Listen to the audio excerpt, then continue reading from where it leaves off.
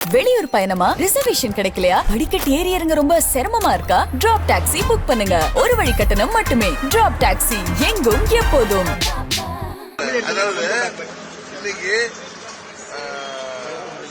திரு பழனிசாமி அவர்களுக்கு சப்போர்ட்டாக அவர் கவர்மெண்ட் அமைக்கணும் அப்படிங்கிறதுக்காக எங்க எம்எல்ஏ அவர் திரு எஸ் காமராஜுக்கு நான் லெட்டர் டைப் பண்ணி அனுப்பி அவர்கிட்ட என் கையெழுத்தி போட்டு அவர் கையெழுத்தி போட்டு அரௌண்ட் 6:30 6:45 இதை கையெழுத்து போட்டு செக்ரட்டரி கொடுத்து அனுப்புறாரு பாண்டிச்சேரியில இருந்து. இது வந்து இங்க ரீச் ஆகிறதுக்குள்ளார இந்த TV channels I saw that forgery this thing is coming out. நான் இமிடியேட்டா கவர்மெண்ட் அப்பாயின்மெண்ட் கேட்டு வந்து இந்த ஒரிஜினல் லெட்டரை வந்து கொடுத்துருக்கேன். காப்பி கொடுத்துட்டு இன்னொரு காப்பி எடுத்து வரேன். எனக்கு ஒன்று இது வந்து ஹார்ஸ் ரைடிங்கா இருக்கணும், குதிரை பேரமா இருக்கணும், இல்ல எங்க எம்எல்ஏ போன் போட்டா எடுக்க மாட்டாரு, இல்ல எடுக்காத மாதிரி அந்த போனை பிடிங்கி வச்சிருக்காங்களா என்னன்னு எனக்கு தெரியல.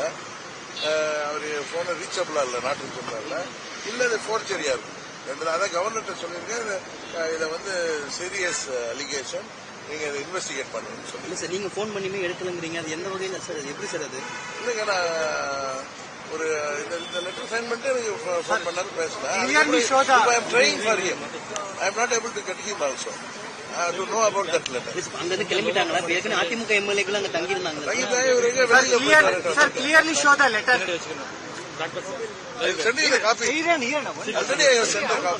ஒரு கட்சி தலைவரா இப்படி செய்யறது எப்படி இருக்கு சார்? அது இது வரைக்கும் தமிழ்நாட்டில் நம்ம இப்படி கேள்விப்பட்டதே கிடையாது.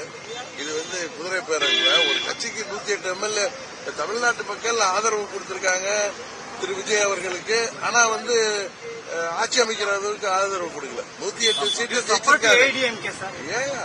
என்டிஏ வந்து அப்படி இருக்கிறப்ப இன்னும் அவருக்கு எதிராக போட்டிக்கிட்டு ஜெயித்த எங்க எம்எல்ஏ வந்து அங்க மன்னார்குடியில தாவேக்காவையும் திமுகவையும் எதிர்த்து ஜெயிச்சு வந்திருக்காரு. மக்கள் வந்து அங்க அமமுகவுக்கு தான் ஓட்டு போட்டிருக்காங்க. எப்படி இவரு தூய சக்தி, நான் வந்து ஒரு தூய்மையான கவர்மெண்ட் சொல்லுவேன்னு சொல்லிட்டு முதல் நாளே இப்படி ஒரு குதிரை பேரத்தில் ஈடுபடுறது சரியா? எங்க எம்எல்ஏ தானா வந்து சப்போர்ட் கொடுத்தா கூட ஏத்துக்க மாட்டேன் நானா இருந்தா. ஏன்னா he won in another symbol and he is in another கூட்டணியில இருக்காரு. இப்ப இது தாவேக்கா தான் பண்ணிருப்பாங்க. தாவேக்கா தான் பண்ணிருக்க முடியும். இப்ப தாவேக்காவுக்கு வேற யார் பண்ணிருக்க முடியும்? விஜய்க்கு சார்பா ஆதரவா லெட்டர் வந்திருக்குன்னா யார் பண்ணிருக்க முடியும்? ரோட்ல போற ராமசாமி பண்ணிருப்பாங்க, இல்ல குப்புசாமி. இது ஒண்ணு ஹார்ஸ் ரைடிங்கா இருக்கு. இதை நான் கவர்னர் சீரியஸ் அதை வந்து பார்க்கணும். அடுத்த கட்டமா என்ன பண்ணலாம்? இது மாக்கிரி ஆஃப் டெமோக்ரஸிங்க. அடுத்தது அதை கவர்னர் சொல்லியிருக்காரு, இதை வந்து சீரியஸா விசாரிக்கணும் அப்படின்னு சொல்லி. Okay sir, thank you sir. சொல்றாரு உங்க விஜய். எப்படி அவருக்கு மன்னார்குடியில அவர் கேண்டிடேட்டை எதிர்த்து ஜெயிச்ச எங்க எம்எல்ஏவை ஆதரவு எடுத்துக்கிறாருன்னா அது எப்படி தூய சக்தி? அப்படின்னா பதவி வெறியில அவர் வந்து செயலர் தான் அர்த்தம். ஏற்கனவே பெரும்பான்மை தானாகவே வந்து ஒருத்தர் ஆதரவு கொடுத்தா கூட நான் ஏத்துக்க மாட்டேன். ஏற்கனவே பெரும்பான்மை கிடைச்சதுக்கு அப்புறமும் ஏன் அப்படி சார்? எங்க பெரும்பான்மை கிடைச்சிருக்கு? இப்ப விசிகாவும் ஆதரவு கொடுக்கறது இன்னும் நாளை காலம் எல்லாம் சொல்றாங்க. அது எனக்கு அதை பத்தி தெரியாது. அப்படியே பார்த்தாலும் விசிகா வந்து இவர் அணியில இருந்து ஜெயிச்சவங்களா?